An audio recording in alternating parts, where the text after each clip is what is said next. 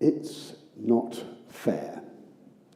I wonder how many times you've heard that, expressed in different ways.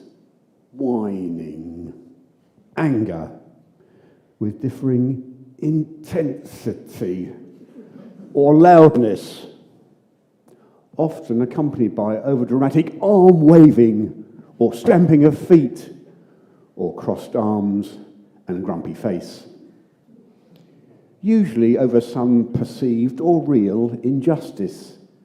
Mum, Levi's not sharing his toys again. And our passage today begins. Someone in the crowd said to him, that is to Jesus, "Teacher, tell my brother to divide the inheritance with me." Divide, share, it's not fair. But before we go into how Jesus replies, I want to look at the context for this parable, the crowd, and what has been happening.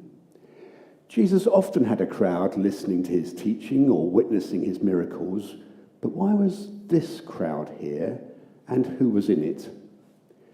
We need to look back to Luke chapter 11. In verse 14, we read that Jesus was driving out a demon that was mute. The man spoke, and the crowd was amazed. Jesus is healing someone, and there is a crowd there. In verse 29, we read that the crowds increased. And then in verse 37, Jesus went to eat in the house of a Pharisee, and there he managed to insult the Pharisees and the experts in the law, who then began to oppose him fiercely and to besiege him with questions, waiting to catch him in something he might say.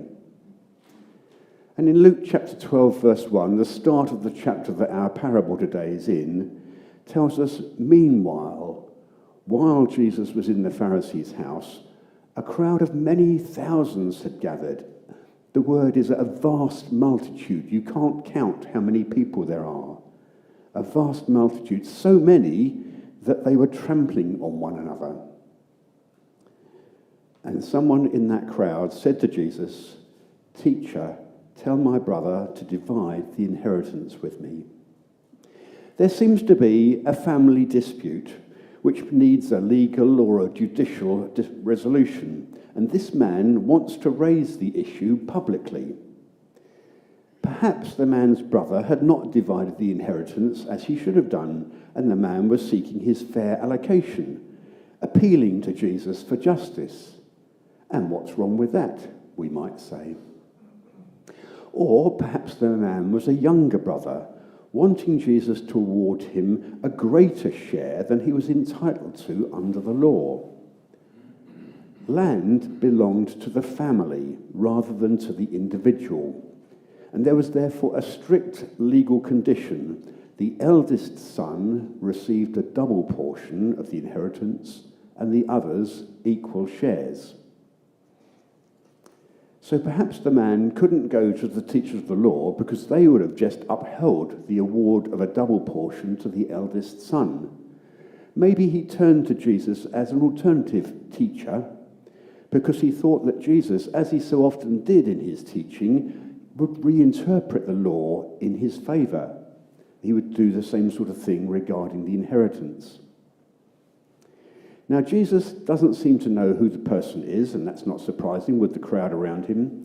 He says, "man." It could be someone trying to trick him. Remember what I said about the previous chapter, that the Pharisees and the experts in the law began to besiege him with questions, waiting to catch him in something he might say. And you can see some of the Pharisees in the background of this crowd. Could the man be asking Jesus to authorize breaking the law? Any opinion that Jesus gave could have been turned or used against him. And so, as Jesus often did, he avoids the issue and he asks a question in return. Who made me a judge or an arbiter between you? There was no great division in Israel between civil and religious law. Priests, Levites, and the elders worked to the same end and shared in the administration of justice. The gate of the city or the village was the place where grievances were aired and cases formally judged. The Supreme Court in New Testament times was the Sanhedrin, a body of 70 men who met in the temple. The Roman authorities allowed them to pass any sentence under Jewish law except the death sentence. Local quarrels continued to be settled in the gate by the village elders. But Jesus was just an itinerant preacher or rabbi. He was not a village elder, a priest, or a Levite, and certainly not a member of the Sanhedrin. If Jesus had given any opinion, he could have been criticized for assuming an authority he had not been given, at least not by men. So Jesus refuses to settle the dispute between the brothers and lay down the law, and instead he uses this incident to warn people against greed and self-centeredness with a parable. Watch out. Warning. Be on your guard. There is danger near. Be on your guard against all kinds of greed. Well, that doesn't sound very life-threatening, but we'd be mistaken. The word greed here means an unusually or disproportionately large, excessive desire of riches. Extreme greed for wealth or material gain. It's a very strong word. So why is Jesus using it? Jesus perceives that the man wants a greater share of the inheritance that he was entitled to. The word the man uses, divide, means share, as in equally. Now, Keith did some maths last week, so I think I can get away with some today. Tell my brother to divide the inheritance with me. It sounds like there are just two brothers. If the eldest brother gets a double portion, he gets 2/3, and the younger brother gets 1/3. That's what the law said. But the younger brother wants a 50-50 share, 50% rather than 33 1/3%. Half as much again as he's entitled to. You could say that was an unusually or disproportionately large, excessive desire of riches, or even extreme greed for wealth or material gain. So Jesus seems to be justified in using such a strong word. And then Jesus says, life does not consist in an abundance of possessions. And again, the phrase Jesus uses, abundance of possessions, is very strong. It means exceed, have more than enough, an overflow, to have an excessive amount of something ranging from a moderate to a very great degree of excess. Jesus is saying, life does not consist in having exceedingly more possessions than you actually need. The problem is not having possessions, but basing our lives on getting and keeping for ourselves more and more of them, far more than we actually need. Now, Jesus is probably using such strong words and phrases to emphasize the point he is making. Like the other week, when he spoke about the plank in your eye compared to the speck, he's overemphasizing to make a point. But even so. And then Jesus tells this parable. But what is wrong with what the man does? He's got a bumper harvest. Aren't we supposed to be wise stewards when God blesses us with wealth and prosperity? Yes, we are. And this includes looking after our family.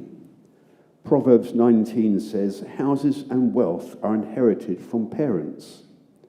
And Paul writes in 2 Corinthians chapter 12, parents should save up for their children. So yes, we are supposed to be wise stewards when God blesses us. But I think there is a clue in the word steward. We are not the owners of the wealth or prosperity. We're not meant to hoard things for ourselves. We're meant to use them. on behalf of and for the benefit of the owner and for other people. So if you had excess grain, as this farmer did, what were you supposed to do with it? When the Israelites entered Canaan, God gave each family their share by lot of the land. God told them how to make proper use of the land and how the produce from it was to be shared. If a family fell on hard times, it was the duty of their nearest relative to buy the land and keep it in the family. Every 50th year was a year of Jubilee, when any land which had been mortgaged to pay off a debt was to be returned to the family. This helped keep everyone equal and avoided a sharp division between rich landowners and poor labourers. But under the kings, the old equalities began to break down. A new wealthy class of rulers and officials grew up, and they oppressed the poor and bought up land. Big estates took the place of small family farms. And the people who had lost their land had to hire themselves out as farm labourers. The poor were very poor and suffered great hardship. The law of Moses set out a practice whereby the poor, orphans and strangers were allowed to glean grain, grapes and olives. Remember Ruth working in her fields? In Leviticus chapter 19 we read, "The Lord said to Moses, 'Speak to the entire assembly of Israel and say to them, Be holy, because I, the Lord your God, am holy.'" And then in verses 9 and 10, "When you reap the harvest of your land, do not reap to the very edges of your field or gather the gleanings of your harvest. Do not go over your vineyard a second time or pick up the grapes that have fallen. Leave them for the poor and the foreigner. I am the Lord your God." And Deuteronomy chapter 24 is similar with regard to the foreigner, the fatherless, and the widow, with God adding, "So that the Lord your God may bless you in all the work of your hands. Remember that you were slaves in Egypt. That is why I command you to do this." They were to do these things, to be holy, because the Lord their God was holy. They were to do these things so that the Lord their God may bless them in all the work of their hands, to remember that they were slaves in Egypt. And Proverbs 19 says, "Whoever is kind to the poor lends to the Lord, and he will reward them for what they have done." So the certain rich man should have shared his surplus grain with other people, especially those less fortunate than himself, and thereby he would be lending to God. "But that's not fair. It's my harvest and crops." Maybe, but that's the right thing to do. It was the man's wrong attitude that led to his wrong actions. Like the Pharisee in the parable I spoke on last month, the rich man does not mention God, only himself. "What shall I do? I have no place to store my crops. This is what I'll do. I'll tear down my barns and build bigger ones, and there I will store my surplus grain. And I'll say to myself, my crops, my barns, my surplus grain, myself." And at the end of this parable, we see that greed, combined with self-centeredness, is the life-threatening danger that I mentioned earlier. And Jesus concludes by saying, in effect, don't be greedy regarding your possessions. Use them to be generous towards other people and thereby rich towards God. Later on in Luke's Gospel, Jesus will say, "No one can serve two masters. Either you will hate the one and love the other, or you will be devoted to the one and despise the other. You cannot serve both God and money." The word that we used to use was God and mammon, meaning wealth, riches, personified, made into an idol, a rival to God.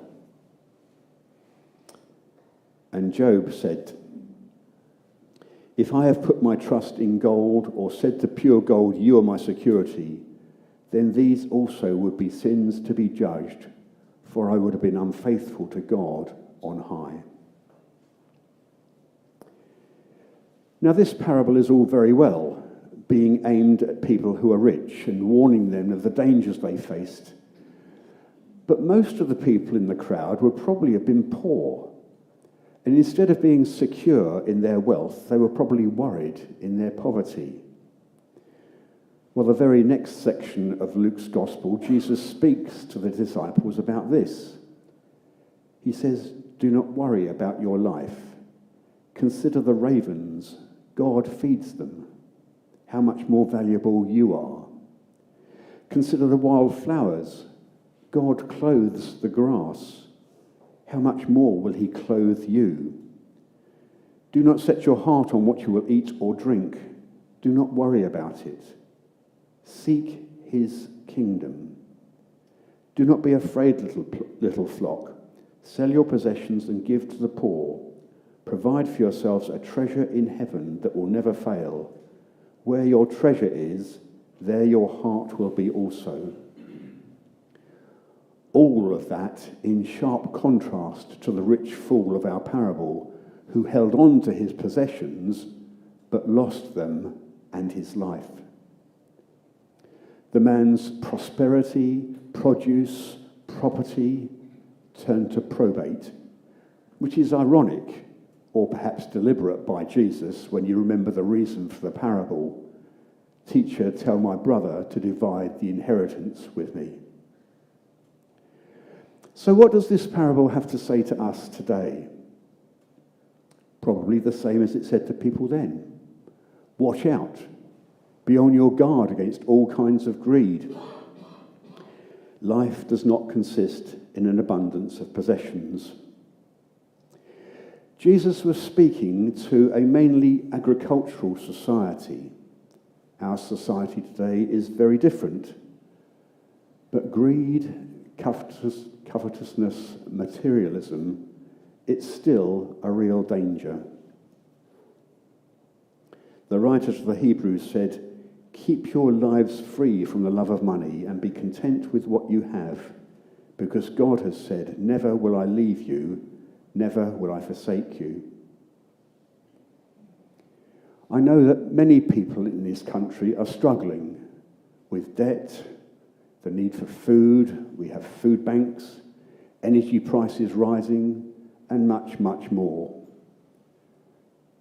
But I wondered, how rich are we in Britain compared to countries around the world that are experiencing famine, conflict, or other disasters? If we look at a map of the world showing countries' wealth by person, we can see that wealth is restricted to a very few countries. North America, some European countries, Australia and New Zealand, and a few other places around the world. If you look at Africa especially, Afghanistan, Southern Asia, and some other parts of the world, the comparison is stark. I know this does not tell the whole story, and that many people, even in rich countries, struggle with the cost of living there. But maybe this comparison, like Jesus' strong words, make us think. I wonder what people from countries that are experiencing famine, conflict, and other disasters, I wonder what they would make of the variety of our shops, the range of choices we have, especially with the amount of things like clothing and food that we have available from various places around the world. We have fresh water on tap, houses, cars, hospitals, schools, leisure activities. I could go on. I wonder if there is some immorality in our relative affluence compared to the utter desperation of those who are experiencing right now famine, conflict, etc. I wonder what we need to do. I wonder what we can do about any of this. I wonder what God will say to me about feeding the hungry, giving drink to the thirsty, inviting a stranger in, clothing someone, looking after the sick, visiting someone in prison. Now, we can't help where or when we are born. I'm not condemning us, but encouraging us to prayer. Jesus asked the question, "Who made me a judge or arbiter between you?" But the answer, of course, is that God would make Jesus judge and arbiter of all. In Acts chapter 10, Peter says to Cornelius and his household, "He, Jesus, is the one whom God appointed as judge of the living and the dead." And in Acts chapter 17, Paul said to the people of Athens, "God has set a day when he will judge the world with justice by the man he has appointed. He has given proof of this to everyone by raising him from the dead." Let us pray.